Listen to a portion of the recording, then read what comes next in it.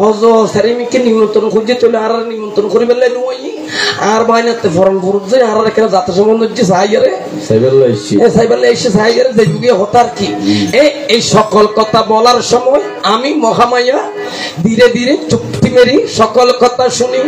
নারদ মুনি যখন চলিয়া গেল মহাদেবের কাছে যায়, ও স্বামীদল আমার বাবার বাড়িতে নাকি যজ্ঞের আয়োজন করেছে, আমার যেতে কোনো অসুবিধা নাই।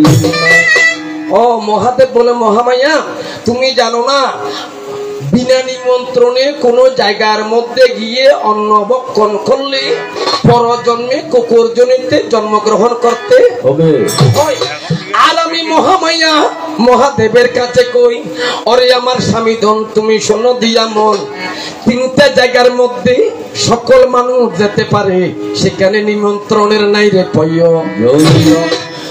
হড়ে হড়ে আমি বললাম একটা হইল মামার বাড়ি, মামার বাড়িতে বাগিনার যাইতে নিমন্ত্রণের দরকার নাই। আরেকটা হয়েছে শ্বশুর বাড়ি, শ্বশুর বাড়িতে জামাই যাইতে রাইতে 4টা বাজে গেল, এটা কোনো অসুবিধা হজার কেন কোন জায়গা। আমি বললাম মেয়ের জন্য বাবার বাড়ি সর্বদাই খোলা রয়, মেয়ের জন্য বাবার বাড়ি সর্বদাই খোলা রয়, মেয়ের জন্য বাবার বাড়ি সর্বদাই খোলা রয়, সব সময় যেতে পারে শাস্ত্রে প্রমাণ রয়, বহুদিন পরে স্বামী যাব বাবার বাড়ি, বহুদিন পরে স্বামী যাব বাবার বাড়ি, যাবার জন্য তোমার কাছে কত বিনয় করি, তোমার কাছে কত বিনয় করে। আস্তে আস্তে এবার মহামায়া যখন এই কথা দেবাদিদেব মহাদেবকে বললেন, মহাদেব বলে মহামায়া সেই জায়গার মধ্যে আসলে তোমার যাওয়া উচিত নয়, এখানে আর অনেক কথা আছে, অনেক লম্বা কথা। এবার আমি মহামায়া ওই দক্ষ রাজার বাড়িতে যাই। দক্ষ রাজার বাড়িতে গিয়া, দক্ষ রাজার স্ত্রীর নাম ছিল প্রসূতি, তো আমি সর্ব অগ্রে গিয়া আমার মায়ের সাথে দিলাম দর্শন। অতন মাইয়া বড় বাড়ি আগে দেখা করিম, দেখা লয়দা মারল। মাকে জিজ্ঞাসা রাখিলাম, ও মা আমার বাবা যে যজ্ঞের আয়োজন করিল, সকল জায়গায় নিমন্ত্রণ করাইল নারদ ঋষির দিয়া, আমাদেরকে কেন নিমন্ত্রণ করে না? আমার বাবা একটু মাগো তুমি বলো প্রকাশিয়া। আর মা হজ হজি তোমার বাবা যজ্ঞ হরজ হজা কন্যা বাড়ি, এটা হতে হতে নারদ ঋষি দিয়ে সেরিমিকে নিমন্ত্রণ করে ইয়ে না কোনো হয় নিমন্ত্রণ হরজি ইয়ে না কোনো হয় নজানি। এই কথা যখন আমার মা আমার কাছে কই, তো আমার মা বলে এই কথা গিয়া তোমার বাবার কাছে একটু জিজ্ঞাসা করো, এটা তোমার আসল মূল বিষয়। গেলাম যখন দক্ষ রাজার কাছে, দক্ষ রাজা অর্থাৎ আমার পিতা আমার কাছে কয়, তোমার স্বামী শ্মশানে মশানে থাকে, বর্ষমাকে গায়, এই সর্পমালা গলার মধ্যে ঝুলাইয়া রাখে, বাঘের চামড়া পরিধান দেখিলে আমার সন্দেহ জাগিয়া। 33 কোটি দেবতা বেগুন চলো যে বইতে তোর চলো দিবে আর বইতে। তো আমি তো সত্যি নারী, এখানে আরো অনেক কথা আছে, আমি প্রথম আসল এগুলো বলতে গেলে অনেক সময়ের প্রয়োজন আছে। এইভাবে যখন আমি স্বামী নিন্দা শনিবারে পাই, আমি মহামায়া তখন যে যজ্ঞ আরম্ভ করিল, সেই যজ্ঞের মধ্যে আমার দেহকানা বিসর্জন দিলাম। লালন ফকিরে গাই কাছার ভিতর অচিন পাখি কেমনে আসে যায়, তারে ধরতে পারলেই মন পেরি, ও তারে ধরতেই পারলেই মন বেরি, দিতাম পাখির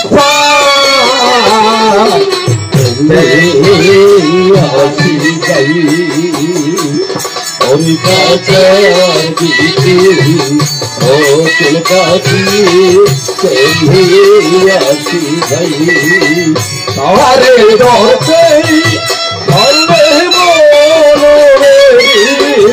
ধরতেই ধরবে মন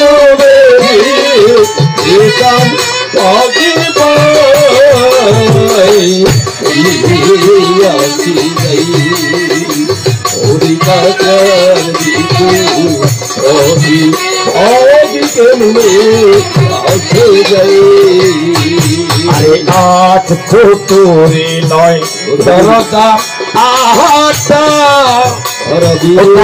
মধ্যে মধ্যে চকলা কাটা আট ফুটুরি নয় দরজা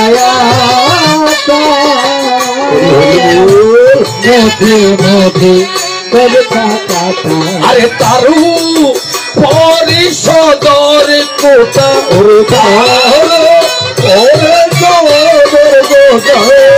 নাম মহল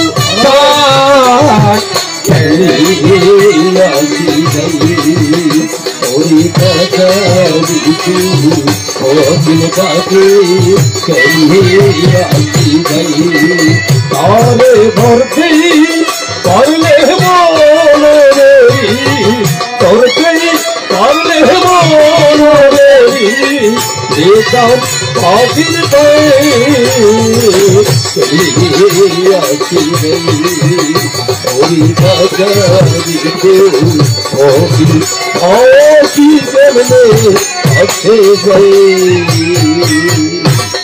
মন্ডলী, এবার আমি মহামায়া যখন যজ্ঞের মধ্যে দেহকানা করিলাম অর্পণ, অর্থাৎ মহামায়া একেবারে কি হয়ে গেছেন, যজ্ঞের মধ্যে আত্মাহুতি দিয়েছে। এই ডেড বডিটা নিয়ে অর্থাৎ মৃতদেহটা নিয়ে আমার দেবাদিদেব মহাদেব সারা ত্রিভুবন ঘুরিয়া বেড়ায়। আমার স্বয়ং অন্তর্যামী জগৎ স্বামী, যিনি সত্য যুগে ছিলেন হরি, ত্রেতা যুগে রাম, দাপরেতে কৃষ্ণচন্দ্র, কলিতে গৌরঙ্গা। আমার ভগবান কি করেছেন, মহাদেবের পিছনে পিছনে গিয়া সুদর্শন চক্র লইয়া, মহাদেবের পিছনে গিয়া কাটিতে কাটিতে করে খান, একান্ন টুকরা হইয়া পরে দেহ পৃথিবী জুড়িয়া, টুকরা করিয়া দেহ পৃথিবী জুড়িয়া, সেই কানেতে হইল দেবস্থান,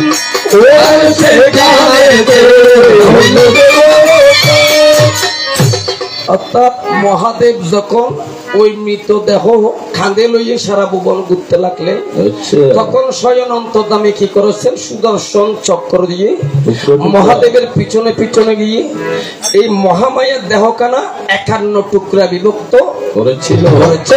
যেখানে যেখানে পড়েছেন সেখানে সেখানে একটা তীর্থস্থান বর্তমানও আমাদের সনাতনের জন্য মহামায়া বা মহাদেব রেখে দিয়ে গেছেন। এবার আসুন, এবার আমি মহামায়ার জন্ম নিয়েছি কোথায়, গিরিরাজার ঘরে, মেনকার জঠরে। তখন আমার নাম ছিল কি, ওমা দেবী। আমি দুর্গম নামের একজন অসুর, সকল দেবগণকে যখন স্বর্গ থেকে দিল রে তারাই, সকল দেবতারা একত্রিত হইয়া আমাকে করে আহ্বান, ইয়া দেবী সর্বে ভূতেষু মাতৃরূপেণ সংস্কৃতাম, নমস্তস্যৈ নমস্তস্যৈ নমস্তস্যৈ নমো নমো, সর্বমঙ্গলা মঙ্গলে শিবে সর্বার্থ সাধিকে, শরণ্যে ত্রম্বকে গৌরী নারায়ণী নমস্তুতে। সকল দেবতারা যখন আহ্বান করলেন, আমি মহামায়া দশভুজা রূপ ধরিয়া দুর্গম অসুরকে যখন বধ করিলাম যাই, সেদিন থেকে দেবতারা আমার নাম রাখিল দুর্গা, দুর্গতি নাশিনী। সেদিন থেকে আমার নাম দুর্গা দেবী হয়, সেদিন থেকে আমার নাম দুর্গা দেবী হয়, সেদিন থেকে আমার নাম দুর্গা দেবী হয়, সেদিন থেকে আমার নাম দুর্গা দেবী হয়। শোনো শোনো দয়াল কৃষ্ণ কথা মিথ্যা নয়, কৃষ্ণ নামে আকাশেতে মেঘমালা বাসে,